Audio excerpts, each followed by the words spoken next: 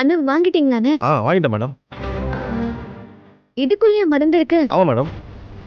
மருந்து கூலிங்காக இருக்க இந்த ஃப்ரீசர் பாக்ஸில் வச்சு கொடுத்துருக்காங்க மேடம். அதை திறந்து பார்க்கலாமா? திறந்து பார்க்கக்கூடாது மேடம். எந்த காரணத்துக்காகவும் பாக்ஸை பிரித்து பார்க்கக்கூடாதுன்னு சொல்லியிருக்காங்க மேடம். இந்த ஃப்ரீசர் பாக்ஸ்லேருந்து வெளியே எடுத்தா மருந்து கெட்டு போயிடுமா மேடம்? சரி, அப்போ உள்ள வைக்க வேணாம். அந்த மருந்து என்கிட்டயே இருக்கட்டும், நான் பத்திரமா வச்சுக்கிறேன். நாங்க மேடம்.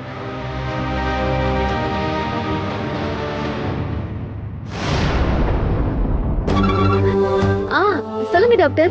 எங்கம்மா இருக்கீங்க? நாங்க இங்க எல்லாம் ரெடி பண்ணிட்டு ஆபரேஷனுக்கு தயாரா இருக்கோம். எப்பதான் வருவீங்க? இப்பதான் டிரைவர் மருந்து வாங்கிட்டு வந்து கொடுத்தாரு. நாங்க இப்ப ஏர்போர்ட் முன்னாடி தான் இருக்கோம். இதோ இப்ப கிளம்பிடுவோம். சரி, ஓகே, கொஞ்சம் சீக்கிரம் வாங்க. சரிங்க டாக்டர். டாக்டர், என்னாச்சு? என்ன சொல்றாங்க? ஏர்போர்ட்ல இருந்து கிளம்புறாங்களா? ஓகே, எப்படியும் இன்னும் 1/2 மணி நேரத்துல வந்துருவாங்கன்னு நினைக்கிறேன். சரி, ஓகே, வெயிட் பண்ணி பாப்போம். பாத்துக்கலாம். ஓகே.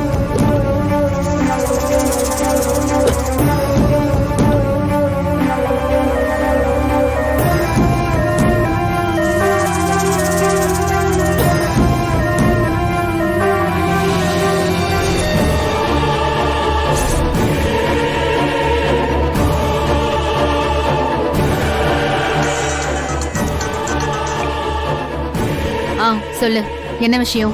அக்கா, நீ சொன்ன மாதிரி வானதியை ஃபாலோ பண்ணி வந்தேன்.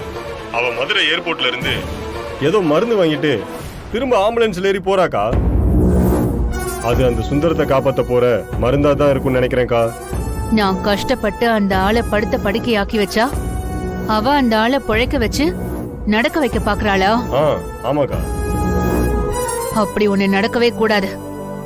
இனிமே அந்த ஆளு வாழ்க்கை பூரா படுத்த படுக்கையா தான் கிடக்கணும். நீ அவ போற ஆம்புலன்ஸ் நம்பரை மட்டும் நீ எனக்கு போட்டோ எடுத்து அனுப்பு. அதுக்கப்புறம் மீடியை நான் பாத்துக்கிறேன். சரிக்கா, போட்டோலாம் எடுத்துட்டேன்க்கா. நான் உடனே இப்ப உங்களுக்கு அனுப்புறேன்க்கா.